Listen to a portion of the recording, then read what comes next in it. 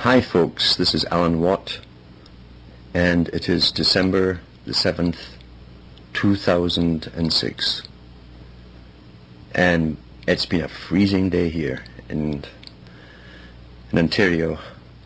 I was outside grinding valves, putting an engine back together, and 20 below, and it wasn't a pleasant experience, but that's what you sometimes have to put up with if you happen to be me. There were jets in the sky doing their spraying from the morning. There was polymer coming in. The polymer type clouds are the undefined clouds, no real edges on them, which you see coming in on the horizon. That means they've been spraying off in the, beyond your area, and the wind brings it in. This is a popular method now because too many people were noticing them spraying directly overhead. When they do this, it really alters the weather patterns, and depending on the types of sprays they're using, they can make it either very warm or very cold. And this morning, some of the clouds, as they passed us underneath the sun, you could see them changing color like little prisms of rainbow colors. That's the polymer, that's the clue. Little bursts around the sun, which stay there for maybe 30 seconds to a minute each. And sometimes you'll have 4 or 5 different ones around the sun, these bursts of polymer, rainbow colors. Quite nice if it was natural, but it's not natural. And the problem today is everyone is so busy in the hurry and scary world that they don't look up. In most of their lives, in fact, the people who are alive today, especially in the cities, of course, there's not much point in looking up in the city because of all the tall buildings, but they forget what a natural sky is supposed to look like. We're on the roll to changing our whole way of living.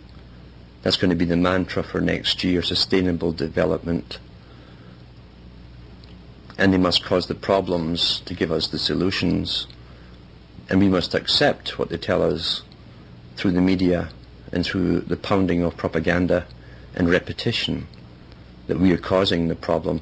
Rather odd, because the scientists not long ago, when they came out with the Kyoto conference, the last one, it was also announced about the same time that they believed there was weather or climatic changes taking place on Mars and other planets, and they were warming up, and it was due to solar activity. Well, they can't blame that on our automobiles down here on Earth, I'm sure. If they could, they would. But that'd be a bit far-fetched even for us to swallow, and that says a lot. But the weather here has been unnaturally cold for this time of year, way too cold. Snow, 4 or 5 good falls of snow so far. A bit early yet for that to stay, but it is staying because of the cold temperatures. Everything is being altered gradually. So if I sound a bit stuffy, it's because I've been in and out of the warmth and the cold many times over to get this job done. It's not quite finished, but hopefully tomorrow it will be. Tonight I'd like to talk a little bit about the subject we've been on, which is a form of mind control leading to ultimate mind control, where eventually everyone will have implants in the brain, the cyborg. That's why the big science fiction writers were bringing this stuff out in the early 50s about the cyborg, and specific science fiction writers were designated this assignment to put the idea into the public's mind that this would be an inevitable progress, so that we would accept it eventually. And yet, control of the mind is ancient.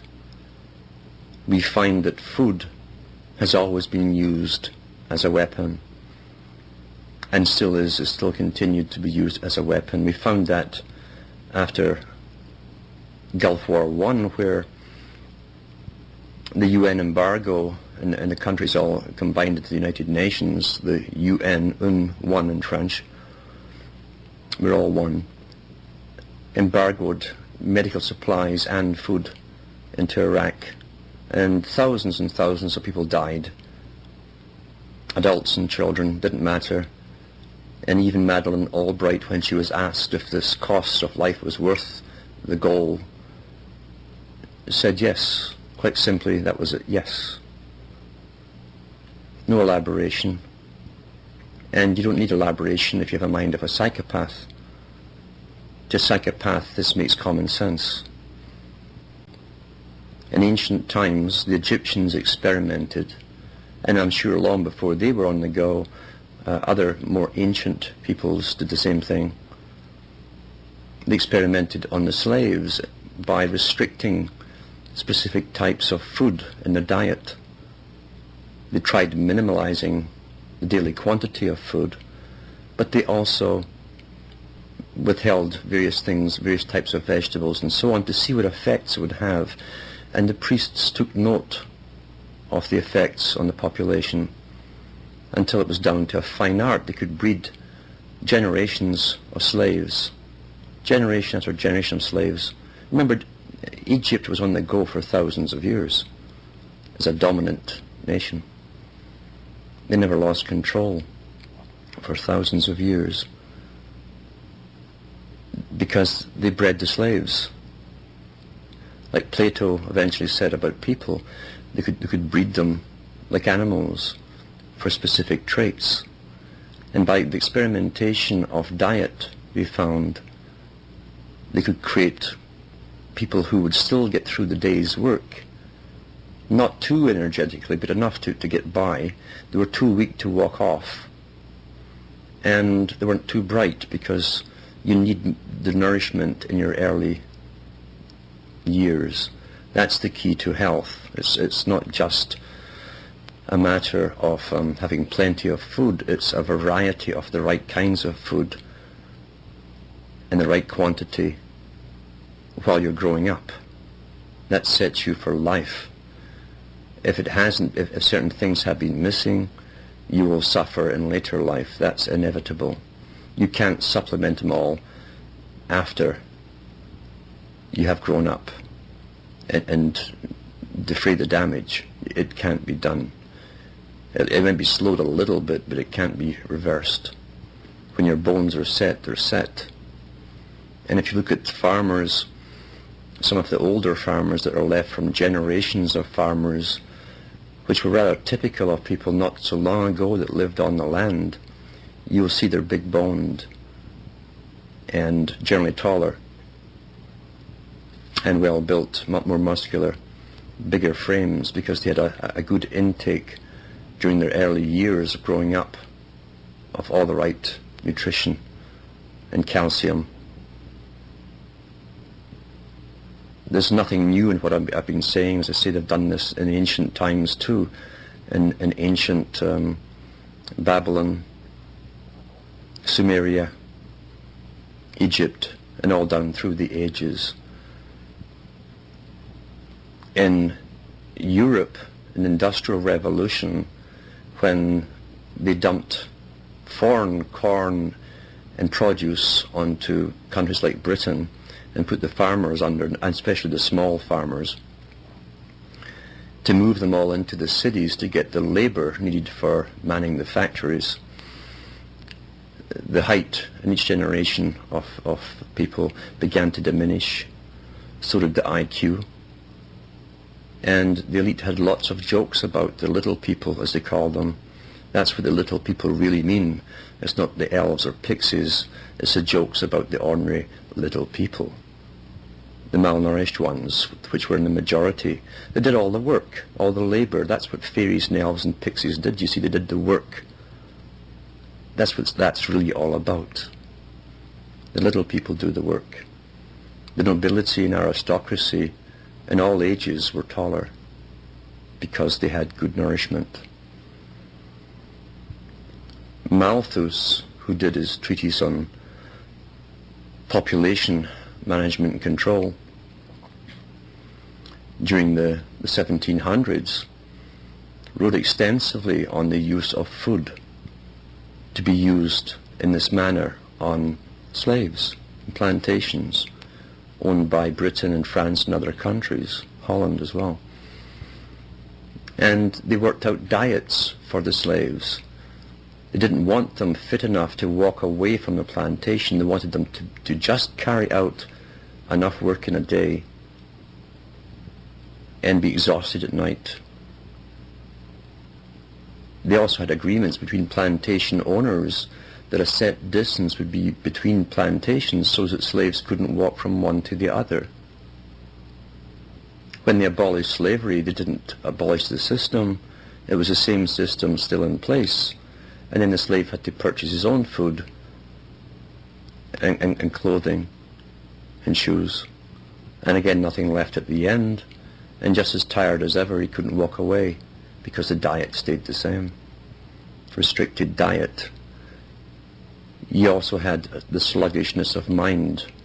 Malthus wrote about this extensively because it was very helpful for the elite not to have rebels and people who could figure out what was going on.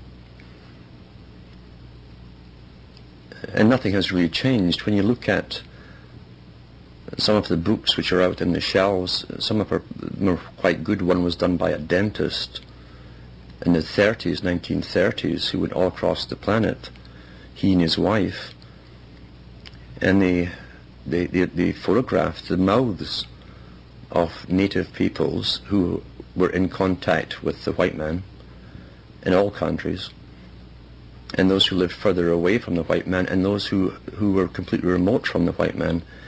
And they did not have the crimped teeth, the teeth that are squashed together, the small mouths, the small nasal passages, and so on. And he photographed the children next to their parents, so you could see the difference in bone structure between the offspring that had been fed with the white man's diet and the parents who had not. Although the parents generally were on the white man's diet by then. It was the formative years, the young years, growing up, where the natives had ate their natural, everyday foods. The processed foods of the white man is not simply processed for mass consumption, for ease of manufacture. It's not that at all. The goodness is taken out of everything for other reasons. No matter what they try and tell you, this is an old, ancient science of control. When they've tampered now with the vegetables, not only the vegetables, they've gone after the main things which people take on a daily basis, popular things such as coffee. About 8 or 9 years ago, it was in the Canadian newspapers, a little paragraph stating that the coffee purchasers who have the power, that's where the power is in the purchasers, had demanded that the producers in all the countries change to the modified plants for their coffee, or they wouldn't buy it. Now, why was that so important when the producers could produce enough? They weren't running short of coffee. They didn't have to up their costs massively or anything. So what was the real point of this order by the purchasers? The reason being, back into Carl Quigley's book, Tragedy and Hope, and the Anglo-American Establishment, 2 books, he tells you that the corporations are comprising the new feudal system which would eventually run the world. It is running the world already. And they're dictating to growers across the planet what they'll buy and what they won't buy. Money makes the world go round. Money is the greatest method of blackmail. The withdrawal of money is the fastest way to starvation in this system, because no one in this system is allowed to be completely independent in any single area. And that's what interdependence really means. Not just nations being interdependent, locked in together, where no one country will manufacture anything from scratch to the finished item. They're all interlinked, interwoven, interdependent. Well, it's the same with the individual. Not too far in the future, it will be a crime to grow vegetables without a license in the first step. And then that'll come down to the crime simply to grow them yourself. And the scientists will come on and tell us why we can't do it. And lots of experts will come on, and the regular, across the world, the AM stations with their talking heads will come on and get the audiences involved. And what do you think? Are you for or against? And they fall into the routine and like trained animals and get all emotional about it and forget logic or purpose or reason. Very simple. And we've all been brought up in this system like this. Now people ask me, what's next? They think they understand the process, but there's far, far more to it. It's not a matter of simply understanding. You have to understand yourself. That's the hard part. They say that the answers of all things, all problems, is contained within each individual. And that is true. Until you realize not only the amount of information stored all over your mind, much of it useless, little bits of very important stuff which you might find difficult to remember, that pops out once in a blue moon by itself spontaneously, you also have to work on yourself. What are your motives for wanting to do or wanting to change the direction we're going in? Is it simply because you're afraid of the changes as they are? You become familiar with the world as you've grown up into it, and you notice it changing? Or is it for a higher motive? Is it for those other people across the planet? Is it for those still to be born, if they get a chance to be born? You have to really go further than just be afraid of the changes in the system, because the system was not yours to begin with. You had no say in the creation of this system. Neither did your parents, in fact, or even the grandparents. We've been conned for a very long time by professionals who are trained in this art. They have access to the archives of the ages. You won't get it from public libraries. All of these arts, these techniques of control. But it certainly is stored in archives and has never been lost. For those who think it might have been, read Machiavelli, The Prince. Well worth a read. And Machiavelli sort of fell out of favor as a person of the court, an advisor. And he and others, even Francis Bacon, to stay into the court, to get into the court, would write these books on little wise sayings to impress the king or queen or whoever the hierarchy happened to be, on their wisdom in controlling and manipulating populations by understanding the mind, not of the whole population, but the minds of each person, because each person generally goes through the same process and they're pretty similar to other people. Understand one man in a particular class and you understand them all. Same with the woman. And people like Machiavelli and Bacon and others were masters at this. They were trained in this art of how to be so cunning, how to motivate populations in certain directions by the use of what today we call propaganda, given out as factual statement. No different, only it's done on a much larger scale today. And it's almost like a sequence of mathematics. You know, if you implement the beginning properly and the subsequent ones properly, you'll have the end result that you desire. It's been so studied for thousands of years. It's perfected. We always come to the conclusions we're expected and actually led to come to. We think we're arriving at them ourselves, but we're not. The people like Bacon and Machiavelli and Moore and others with their utopias and New Atlantis and the Prince, these people had no problem, since they were writing for the elite. They had no problem in stating plain fact as it was. They didn't try to camouflage it as they do today and pretend that we're all equal.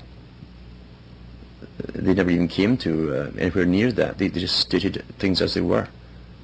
They called the commoners commoners and the managers managers and the elite. And had no problems whatsoever on advising and writing about it, on how to motivate people into forming armies and going off to wars to exploit someone else somewhere for the elite's benefit. And these advisors would come up with great plans of propaganda to give an opposite reason, so that people would join the armies and go off and fight, thinking that they had to do it to defend their country. But it's always been for exploitation.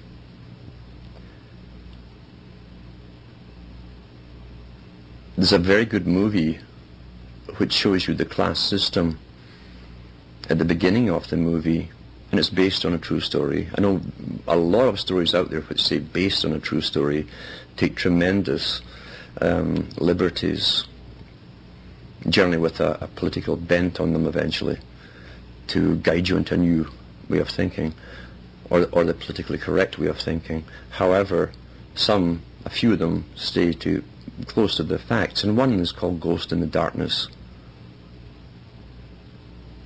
about the British Army being put into Africa, funded by the taxpayers, to benefit a few corporations that would get the minerals, the gold, the diamonds.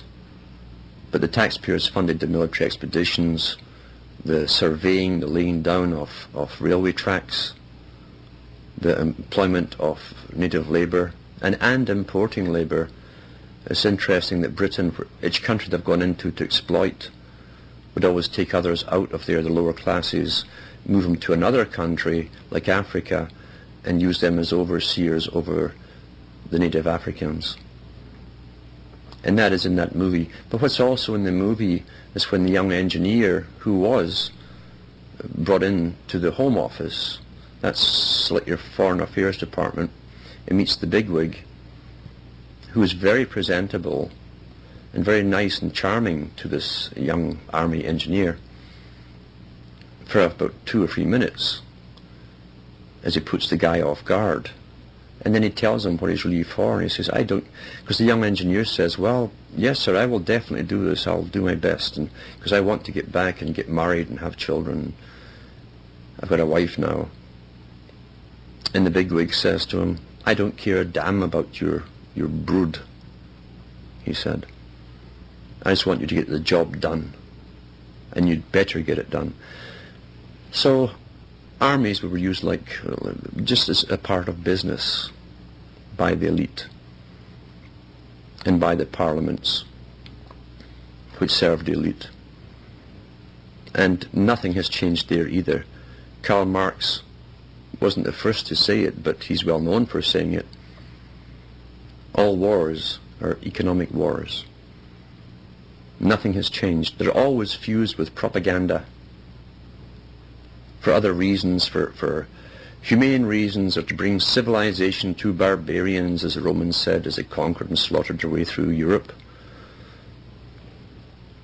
or over there to Iraq to bring peace and stability to the country which they had just destabilized by attacking it and wiping out its former system.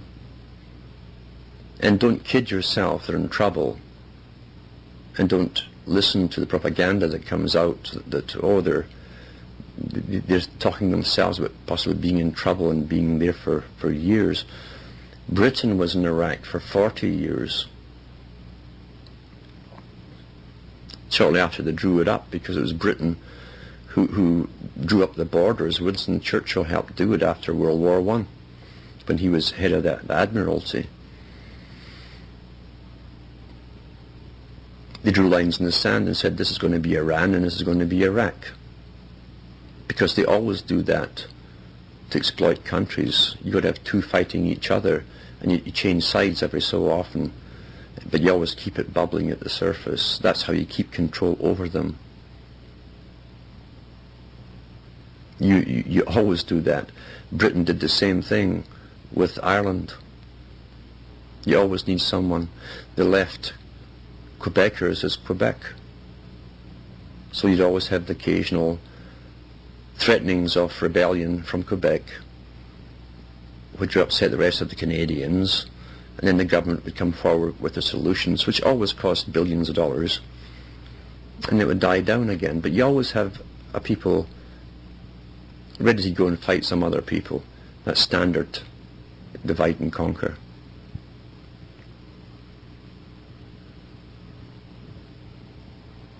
Is it all bad news? At the moment, it's very, very dark, because they are on a must-be agenda. They have timetables. The world is run as one gigantic business with its timetables and implementation plans, 10, 5, or 5, 10, 15, 20, 100-year plans. That's the key to it. The UN is the same. The communist system was the same with these 5, 10, 15, 100, etc. year plans, because it's all the same system, always was. It's a long-term, long-range business plan. And they're on a roll now for the last leg of the race, and they will not let anything stop it. They can't let anything stop it. If they don't complete things on time, they would lose control. So they have this ongoing war of terror on the world as they rush to change the whole way of living for billions of people, and to standardize the entire planet, step by step, generation by generation, until they have their happy little utopia with a much reduced population of happy peasants who can't think of being unhappy. Actually, they'll be brain chipped, probably grown for the job, more perfected, and they will no longer need media to control people's minds. They will no longer need a massive entertainment industry and thousands of, not millions of AM radio stations with their daily talk shows across the planet to keep us all talking about the topics they give us to talk about. That's what they're on the road towards. And the war on terror will expand, as every law does once you get it on the books. It's never to do with what they tell you it's supposed to be about. It'll expand to include everything until, if you criticize any government policy, which is almost here, if not actually here, you're classed as anti-government, a term they borrowed directly from the Soviet Union.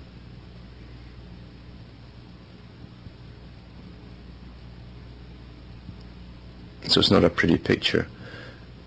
Many of those who are on edge because they've read various books tend to have fallen into the New Age trap, which is not new at all. It's the same old rehash of ancient religions. The perennial religion they call the New Age is always new. It pops up every so often when it's required, brainwashes a generation until they sit in navel gaze and don't notice what's happening around the world, and they're told not to look at the negative, always look at the positive. If someone's being negative, walk away, and that way they stay in ignorance of what's happening. Perfect for the controllers to have a population like that. And they've been trained to be egocentric. They seek pleasure and will avoid all pain, even though pain must go hand in hand with pleasure. All emotions must go hand in hand with its opposite. To be a fully formed person, a mature thinking individual, you must experience all emotions. Without it, those who shy away are living in perpetual childhood like a Peter Pan. And that is what they call in psychiatry the Peter Pan syndrome. The New Age creates those types of people as part of its job. In all of the little training schools around the world that promise you the secrets and the secrets of happiness and all the mantras to chat away on and on it goes, they're all part of the same system. Don't look at the negative, apply the positive, and therefore the agenda can roll ahead, steamroll ahead, unopposed completely.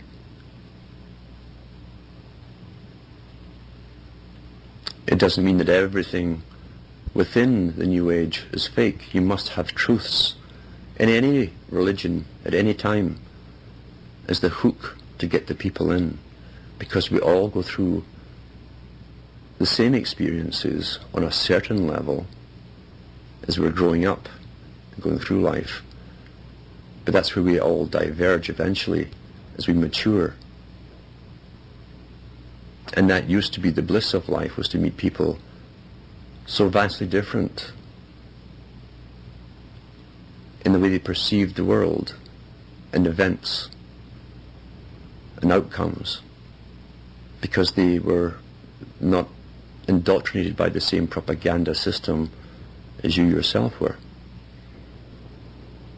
Years ago there used to be people, again rural people, sometimes thought to be a bit eccentric, but they lived on their own, and it was a joy to visit them, because you'd get such a different point of view on topics, since they did not listen to regular media. They could immediately cut through the nonsense and give you it straight. Logic, without any effort whatsoever. When you're tied up in propaganda on a daily basis, which is all media is, it's difficult to break through on your own. In this system, based on money, profit, and the worship of those who claw and stab their way up the ladder and become well known, we have an exploitation system from the top to the bottom. And it's so sad, because no one can be completely uncorrupted by it if you are in the system, which very few people today in this world, except maybe little remnants of tribes in the Amazon and elsewhere, can stay out of it and uncorrupted. Money itself is the control mechanism which we're all stuck to. We've been given no option. And because of that, people will exploit each other.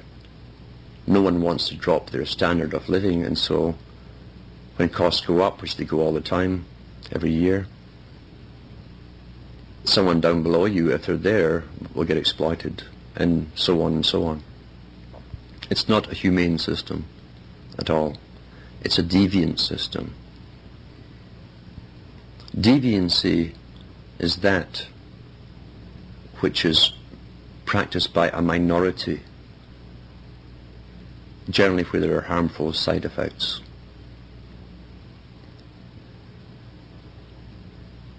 Well, how come we have a small minority running the world of incredibly wealthy people who have no problems in doing anti-humane things to other people or nations, and who have had a complete history of doing these things down through time with their ancestors in charge, bringing wars upon peoples, getting the countries they ruled over to go and fight for them, while they filled their pockets with the proceeds to keep themselves in power, and the slaughters which are ongoing never get to them, never gets to their heart, because their heart is disconnected from their brain. Yet normal, ordinary people that you meet every day around you would never think of doing such things to others for profit. They couldn't imagine it. In fact, they couldn't imagine living with themselves if they even tried it. Yet the elite do not have to take sleeping pills or tranquilizers or visit therapists because of what they've done, because of all their ill-gotten gains and their misdeeds. Therefore you have deviants in charge of the system in this world. And I've talked to some of them. I've talked to, in Britain especially, and across Europe, when I was in the music business, you'd meet some of the higher uppers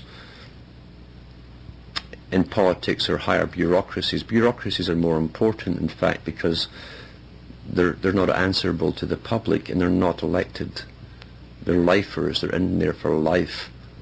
And each department of bureaucracy is told what its particular role and agenda is. And they do it without question, without flinching. And they keep their mouths sealed from the public. They have a world within a world where they only mix with each other. But they used to tell you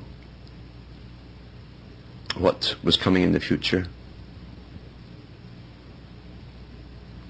You'd have little hints at things, the way that they phrase things, very, very much like lawyers. They'll phrase things in such a way that you have to think but of the meaning behind the meaning, but never something which they could actually be caught on if they were called to recount it in court.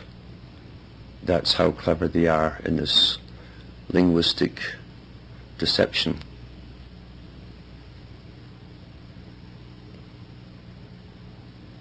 But some of the elite that I have met have told me about the wars and the wars for profit, and they will argue and get very heated about it, because to them it seems quite logical that if he or his company or his friends need it under the guise of the nation, they'll simply go into a country and take it. It seems quite logical to them, regardless of the cost in life or the disruption of the domestic peoples there, of the country you're going into, or anything else. Plus, they also have shares in the companies that supply the arms. Once they get the sides formed, they supply them with their armaments. Britain did this all over India in order to first get them all fighting and then to unify India. That was always the purpose, was to unify India. And under the agenda written even by John Dee, who came up with the British Empire and free trade and most favoured nation status in the 1500s, we find that he said that when they would go into a country, and this was also reiterated by other authors along the centuries, right up to the present time, and Carroll Quigley put it again in his book, Tragedy and Hope, that the occupying superior nation will not withdraw from the occupied country, which it is standardizing into the same system, until it is a duplicate of the same system. Only then, when they've set up their He didn't say Masonic institutions, but that's how it's all run. It's in secrecy and the swearing of oaths, the little brotherhood. Only then would they think about withdrawing, and then withdrawing gradually. If we look at the history of the United Nations, that's what it's also been doing for the last 50-odd years. Same technique. That's why the troops have been in all these countries across the world, still are, for all these years. It isn't until they have at least 1 or 2 generations growing up under the foreign system of the UN, which it brings in, and a middle class rising, which they then train to take over, coupled with the Masonic institution and the benefits that these people, especially in the governmental sections, will get. Only then do they start to withdraw. They do not go into countries to sort a quarrel out and then withdraw and leave it as it was with its culture. They go in to unify it into the same system as we are already in. It's a system they call democracy, something which has never had a static, stable definition. It constantly changes because it's meant to. It must give the pretense of giving public a belief, at least in the efficacy of voting and their rights, but in reality it doesn't exist. That's why we saw lawyers and judges in the Rwandan trials, African lawyers and judges, dressed with the same long black gowns, the little collars, and the white wigs that you will see in the British law establishments.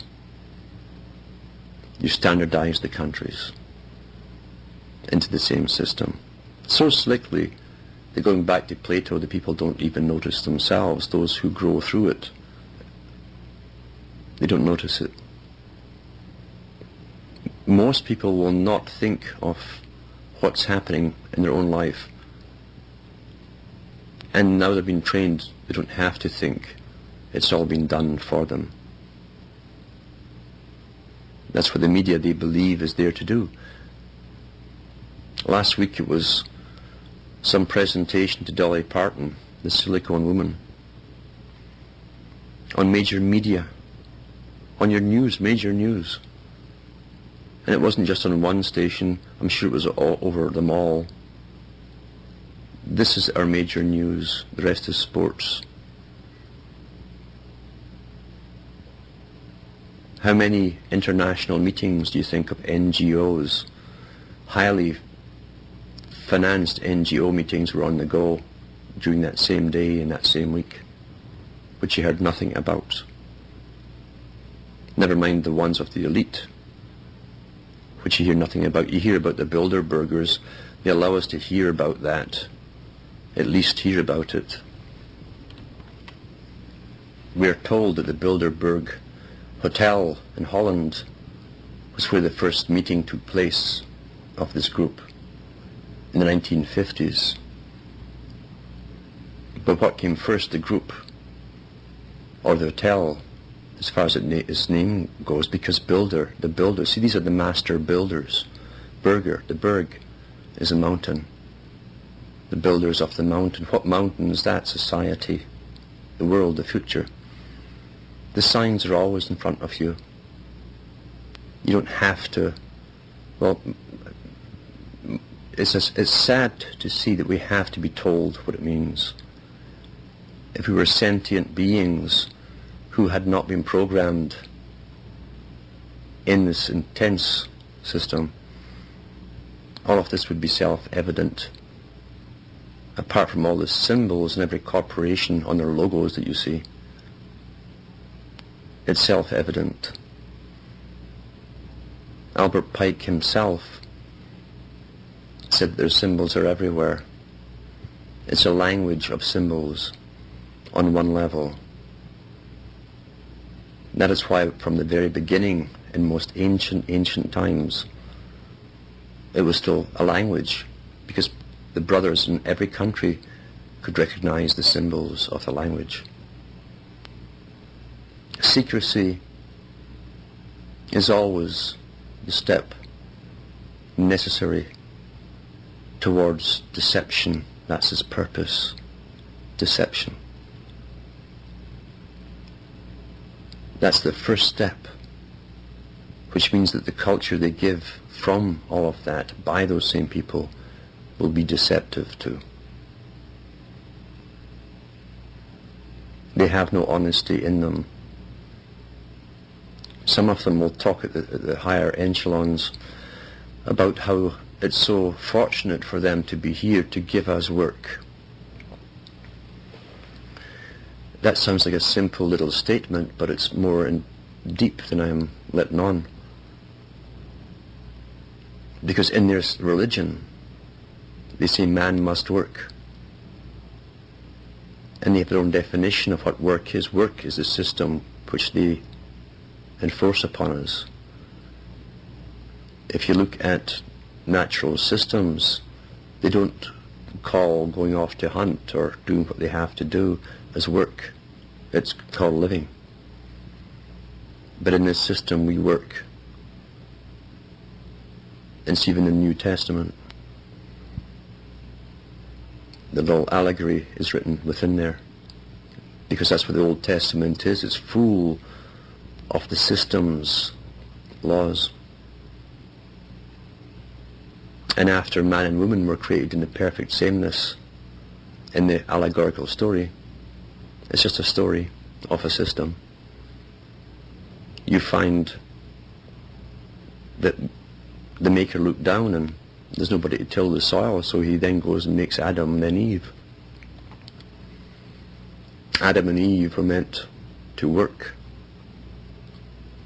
which meant that man and woman were not. It's a hidden system.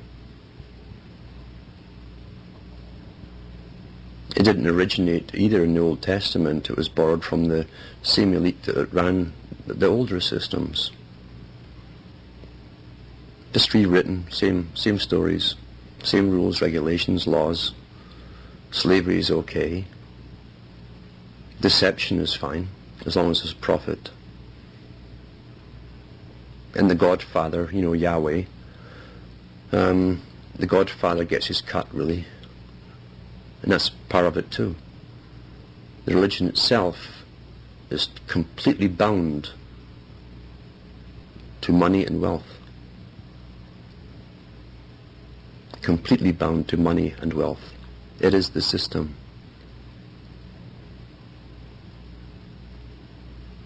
The exoteric, everyone knows, in the Western world, they've all been taught it. Just obey, obey, obey, because the big daddy's watching you. And no matter what you do or think, even, the good thinking part is good. That's good mind control. God can know what you think. So you self-censor your ship and you grow up full of complexes and fear. And that's why it worked so well for so long. And the promise that all those nasty people who strut around with their arrogance and wealth, their ill-gotten gains, will suffer at the end of time, is the only thing that you're given as a form of justification. So you can suffer in this life, and every generation in your own class can suffer in this life, but the elite always get the chop eventually. Which is rather odd, because it's the same families all down through history who've been at the top. The nasty ones have always been the same families. And even their advisors come from the same families, interbred families, specialized breeding for cunningness. That's the world we have grown up in, and every other generation has too. And the out they've given now that the old religion has been taken away bit by bit, is for the new age, to bring in the new age. Think positive. My goodness, when you'll have a chip in your brain, you'll be all connected and all one. How happy we will be. a sad deception, and you know there are many New Agers who are looking forward to that because they cannot stand the fear of uncertainty, and they cannot cope with uncertainty or even the individualism that they should have. They're unable to cope with it, so they've fallen for the oneness doctrine and everything that goes with it. And the final escape, of course, is nothing is real. It's all illusion. And what they mean by that is nothing is real, period. Whereas an illusion is a distortion of reality. If you wake up as you every day, and you have pain, and you feel it first thing in the morning, you know you're still you. That seems very real.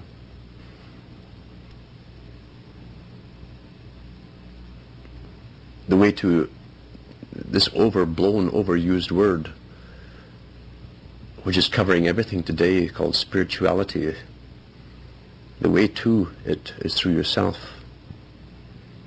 through a maturing and a full recognition of who you are, with all the pluses and minuses, and all the good deeds and bad deeds. It's self-reflection. It's also the ability to empathize with others. So you do not need it explained to you when you say, well, what would I feel if I were in this person's shoes? How would I be? It's a getting out of yourself after looking at yourself, at those around the world who exist and those to come. That's the only connection there is, the real connection. And empathy is connection. How can we possibly call ourselves sane and civilized while what is happening in the world is going on and people are dying of man-made diseases, for depopulation control, and people are starving in certain places, planned because of wars which are planned and civil wars which are planned, and yet we're all supposed to just go out and rush off and pull out the credit cards and buy all these gifts for Christmas because we're supposed to, and you can't miss anyone or you'll feel guilty. We call ourselves sane and civilized, and we think we have the right to impose this system upon other people, called democracy, bringing democracy to the world.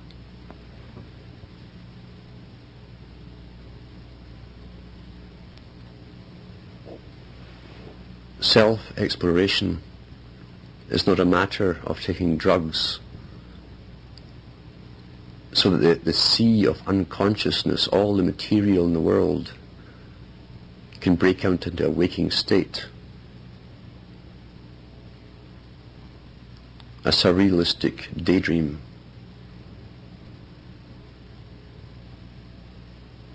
Greater things can happen. Much greater things can happen if you follow that which is within yourself. And you know yourself. Know thyself is the whole of the law. Not do what thou wilt is the whole of the law. That's for the elite.